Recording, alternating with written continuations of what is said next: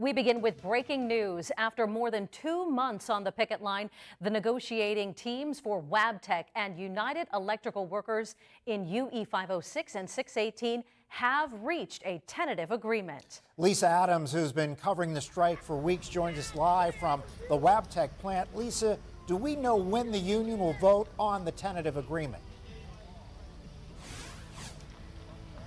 Good question, Mike. We're learning that the vote happens tomorrow. We believe that the union will be meeting at the Warner Theater between 10 and 3 tomorrow afternoon. They'll be able to ask any questions that they have about this tentative agreement that was reached by the negotiating teams for both Wabtec and the union.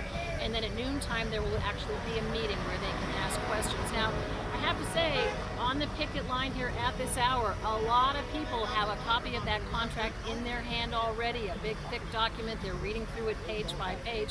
Obviously, the workers here will want to know what's different in this agreement than the one that they rejected back on the 9th of June. But if this agreement is ratified, the workers will be heading back to work inside the Wabtec plant, and we expect to have an answer on that by tomorrow night at 6 o'clock. Now, this afternoon, we got the word from the company that a tentative agreement had been reached. I got the email about 4:01. The company put out a statement. We're going to put it up on the screen for you to see.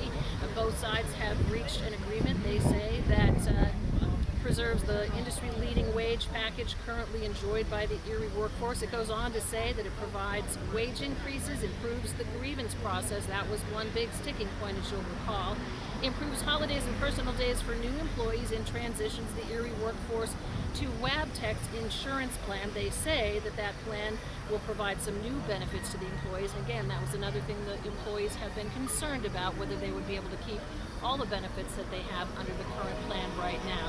Now, the union put out its own statement a short time ago, basically just agreeing that both sides have reached a tentative agreement and letting us know that we should know by 6 o'clock tomorrow night if it's ratified. And we've heard Scott Slauson say many times that members run this union. So it's not over. They're not going to take down the tents. They're not going to leave the picket lines here along Water Street and on the Franklin Avenue side of the plant as well until they know whether or not this agreement is ratified. It affects 1,400 employees. They have been on strike since June 22nd. Again, 1 day shy of 10 weeks on the picket line here. So it's been a tough summer for the employees, and now the temperatures are getting cooler. They actually have burn barrels out here tonight.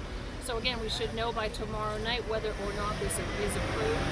The company, in its statement, also thanked community leaders and elected officials who have weighed in and tried to keep both sides back at the bargaining table, trying to reach some sort of a compromise. And we can only assume that this document that everyone is looking over is a compromise that both sides can recommend.